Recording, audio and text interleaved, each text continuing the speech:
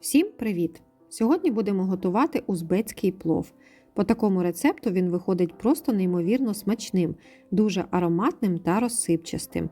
Я обіцяю, ви просто закохаєтесь в цей рецепт, і якщо хоч раз приготуєте по ньому плов, більше ніколи не захочете готувати по-іншому. І насправді готується він дуже просто, про все детально розкажу і покажу далі. Тож, кого зацікавило, це відео для вас. Готуємо! Нам знадобиться рис сорту басматі. Краще взяти пропарений. Він ідеально підходить для плову, виходить розсипчастим і не злипається, так як в ньому менша кількість крохмалю. Я взяла 400 грамів, якраз на каструлю об'ємом 4 літри. Гарно його промиваємо 3-4 рази, поки вода не стане прозорою. Тепер промитий рис заливаємо чистою холодною водою, щоб повністю його покривала. Залишаємо набухати на 20-30 хвилин. Далі нам знадобиться м'ясо. В оригінальному узбецькому рецепті це, звичайно, жирна баранина. Якщо не вдалося її дістати або хто не любить, беремо свиний ошийок 400 грамів. Пропорції м'яса такі ж, як і рису. Тобто, якщо рису 400 грамів, то і м'яса має бути стільки ж. Якщо рису берете більше, наприклад 500 грамів, то і м'яса знадобиться 500 грамів. Чому саме ошийок? Тут все просто, він жирніший, тому ідеально підходить для плову. Його я вже промила та просушила. І тепер нарізаю на шматочки середнього розміру, десь приблизно 4 на 4 см. Маленькими кубиками нарізати не варто, так як при обсмаженні м'ясо частково витопить свій жир і зменшиться в розмірі. Ще нам знадобиться цибуля 300 грамів. Це 2 трохи більше середнього цибулини або 1 велетенська. Її необхідно нарізати доволі великими шматочками, півкільцями буде в самий раз.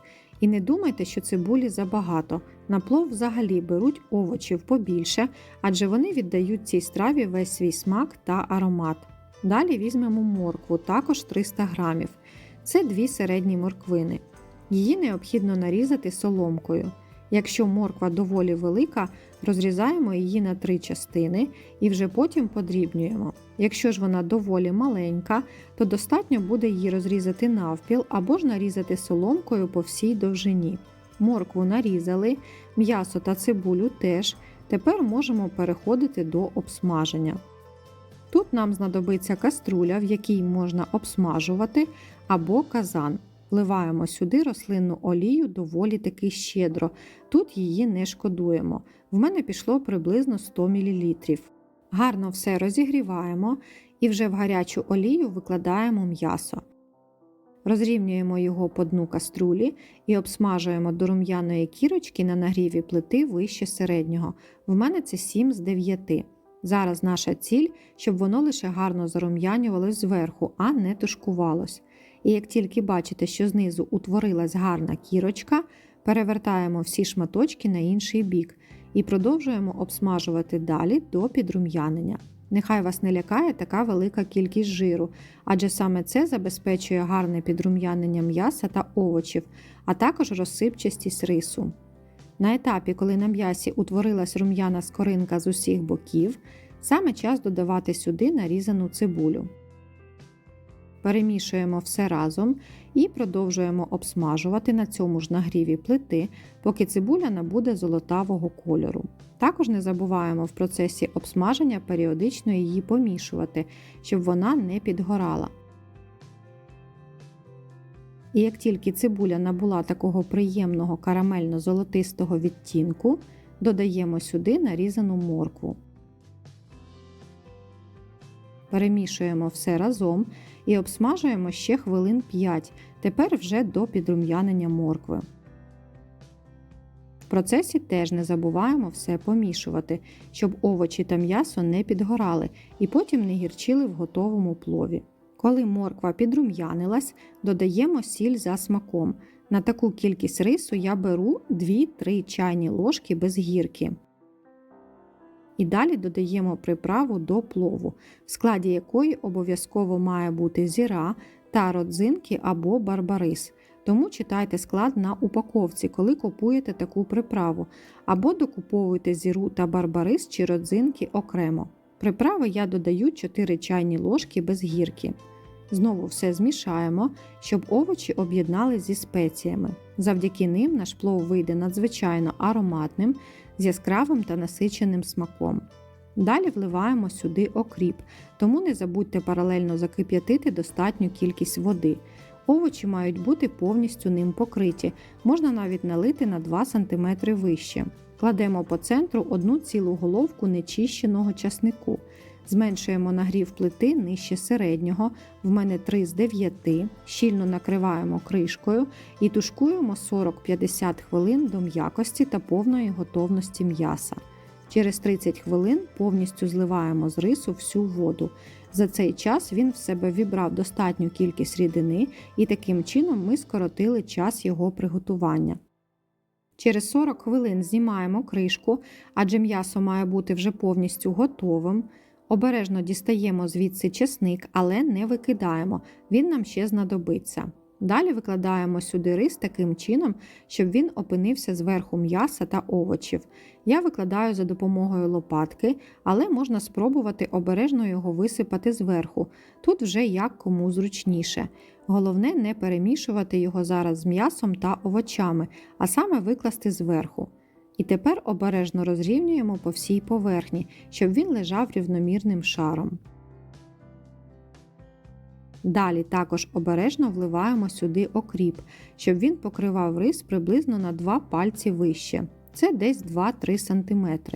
Воду краще вливати ось таким чином на лопатку, щоб рис не потрапляв на дно каструлі, а залишався зверху.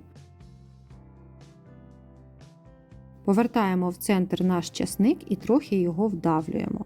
Знову щільно накриваємо кришкою і тушкуємо на середньому нагріві до того моменту, поки вся рідина повністю вбереться в рис. Якщо в процесі ви бачите, що все надто сильно булькає та бурлить, можна трохи зменшити нагрів плити. Головне в цей час не відкривати кришку. Будьте певні, внизу нічого не підгорить, адже там достатня кількість жиру. Щойно ви бачите, що рис вібрав в себе всю воду, відкриваємо кришку і робимо ручкою від лопатки або дерев'яною паличкою отвори в рисі по колу до самого дна каструлі. Тут ви можете побачити в отворах рідину, але це скоріше за все жир, що витопився з м'яса.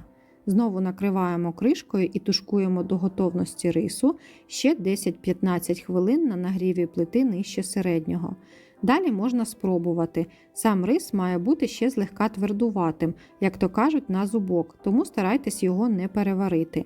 Якщо все готово, то востаннє накриваємо кришкою, вимикаємо плиту і залишаємо його ще на 30 хвилин. Не впевнена, що у вас вистачить терпіння чекати ще 30 хвилин, щоб плов настоявся, бо аромат від нього просто божественний. Всі любителі плову мене зрозуміють. Тепер саме час викладати його в тарілку і вже мерщій куштувати. По класиці спочатку ми викладаємо рис, який був зверху. Можна навіть зробити з нього гірку, а вже потім на рис викладаємо м'ясо з овочами. Як завжди, не буду довго описувати словами, наскільки це смачно. Тут потрібно спробувати самим, щоб переконатись. Я впевнена, що приготувавши одного разу плов по такому рецепту, він стане вашим улюбленим, і ви більше ніколи не готуватимете його по-іншому. Тільки погляньте, наскільки м'яке та ніжне м'ясо. Його можна розбирати на волокна. Годі вже й казати про овочі. Сам рис виходить неймовірно розсипчастим і дуже-дуже смачним. Таким пловом ви точно здивуєте вашу родину, а може навіть і гостей. Так що готуйте і не забувайте залишати коментарі під цим відео. Буду рада на них відповісти.